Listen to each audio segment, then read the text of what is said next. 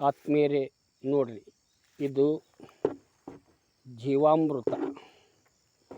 ಈ ಜೀವಾಮೃತವನ್ನು ರೆಡಿ ಮಾಡಬೇಕಂದ್ರೆ ಇದಕ್ಕೆ 10 ಕಿಲೋ ಸಗಣಿ, 10 ಲೀಟರ್ ಆಕಳ ಗೋಮೂತ್ರ ಮತ್ತು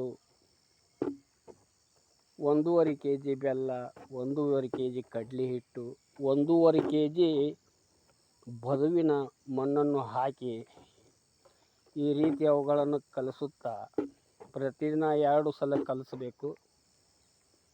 ಕಲಿಸುವುದರಿಂದ 5 ರಿಂದ 6 ದಿನಕ್ಕೆ ಜೀವಾಮೃತ ರೆಡಿಯಾಗುತ್ತದೆ.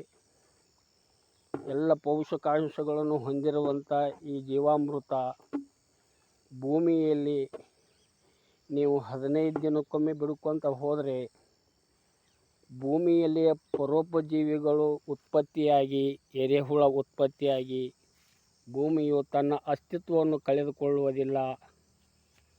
ಮನುಷ್ಯನಿಗೆ ಶರೀರಕ್ಕೆ ಬೇಕಾಗುವಂಥ ರೋಗ ರುಜಿನಗಳನ್ನು ದೂರ ಮಾಡುವಂಥ ಶಕ್ತಿ ಇದರಲ್ಲಿದೆ. ಈಗ ನಾವು ಆತುರತೆಯಿಂದ ಕೆಮಿಕಲ್ಸನ್ನು ಬಳಸಿದರೆ ಈ ಕೆಮಿಕಲ್ಸ್ದಿಂದ ಬರುವಂಥ ಅಪಾಯಗಳು ಅದನ್ನು ಕಂಡರೆ ಅದು ಭಾಳ ವಿಷಕಾರಿಯಾಗಿರುತ್ತದೆ.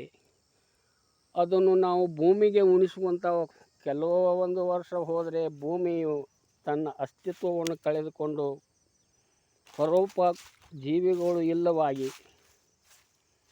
ಈ ಭೂಮಿಯು ಬರಡಾಗುವ ಪರಿಸ್ಥಿತಿ ಬರುತ್ತದೆ. ಮನುಷ್ಯನಲ್ಲಿಯ ರೋಗ ನಿರೋಧಕ ಶಕ್ತಿಯು ಈ ಕೆಮಿಕಲ್ಸ್ ಗೊಬ್ಬರದಿಂದ ಕಳೆದುಕೊಂಡು ಇಂದಿನ ಪರಿಸ್ಥಿತಿಯೊಳಗೆ BP, sugar, heart fail, heart attack, blood pressure ಇವೆಲ್ಲವುಗಳು ಮನುಷ್ಯನಲ್ಲಿ ಅಟ್ಯಾಕ್ ಆಗಿ ರೋಗ ನಿರೋಧಕ ಶಕ್ತಿ ಕಳೆದುಕೊಂಡು ಮನುಷ್ಯ ರೋಗಿಷ್ಠನಾಗುತ್ತಾನೆ. ಆದ್ದರಿಂದ ರೈತ ಬಾಂಧವರೆಲ್ಲರಲ್ಲಿ ನಾನು ವಿನಂತಿ ಮಾಡಿ ಕೇಳ್ಕೊಳ್ಳೋದೇನೆಂದರೆ, ಪ್ರತಿಯೊಬ್ಬರು ಸಾವಯವ ಗೊಬ್ಬರವನ್ನು ಬಳಸಿ ಭೂಮಿಯನ್ನು ಬೆಳೆಸಿರಿ. ಅಂದರೆ ಭೂಮಿಯು ರೋಗ ನಿರೋಧಕವಾಗುತ್ತದೆ. ಮನುಷ್ಯನಿಗೆ ಬೇಕಾಗುವ ಎಲ್ಲ ಪೌಷ್ಟಿಕಾಂಶಗಳು ಭೂಮಿಯಲ್ಲಿ ಉತ್ಪತ್ತಾಗಿ ನಾವು ತಿನ್ನುವ ಆಹಾರದಲ್ಲಿ ನಮಗೆ ರೋಗ ನಿರೋಧಕ ಶಕ್ತಿ ಉಂಟಾಗಿ ನಾವು ಒಳ್ಳೆಯ ಸದೃಢವಾಗಿ ಬದುಕಬಹುದು. ಈಗ ನೋಡಿರಿ, BP, ಶುಗರು ಎಲ್ಲ ಸೇರಿ ಮನುಷ್ಯನಲ್ಲಿ ರೋಗ ಅಟ್ಯಾಕ್ ಆಗಿ ಮನುಷ್ಯರು ರೋಗಗಳಿಂದ ನರಳುತ್ತಾರೆ. ಆದ್ದರಿಂದ ರೈತ ಬಾಂಧವರೆಲ್ಲರೂ ಇದನ್ನು ಮಾಡಿ ಭೂಮಿಯನ್ನು ಉಳಿಸಿ, ಜನರನ್ನು ಉಳಿಸಿ, ಭೂಮಿಯಲ್ಲಿರುವಂಥ ಪರೋಪಜೀವಿಗಳನ್ನು ಬೆಳೆಸಿ ಅಂತ ನನ್ನ ವಿನಂತಿ.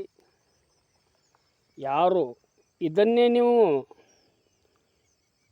ಪ್ರತಿ 15 ದಿನಕ್ಕೊಮ್ಮೆ ಹಾಕಿದರೆ ನೀವು ಕೆಮಿಕಲ್ಸ್ ಗೊಬ್ಬರದಿಂದ ಆಗುವಷ್ಟು ಉಪಯೋಗ ಇದರಿಂದ ಆಗುತ್ತದೆ. ಆದ್ದರಿಂದ ಭೂಮಿಯನ್ನು ಉಳಿಸಿರಿ, ಬೆಳೆಸಿರಿ, ಜನಸಂಖ್ಯೆಯನ್ನು ರೋಗಮುಕ್ತರನ್ನಾಗಿ ಮಾಡಿ ನನ್ನ ವಿನಂತಿ.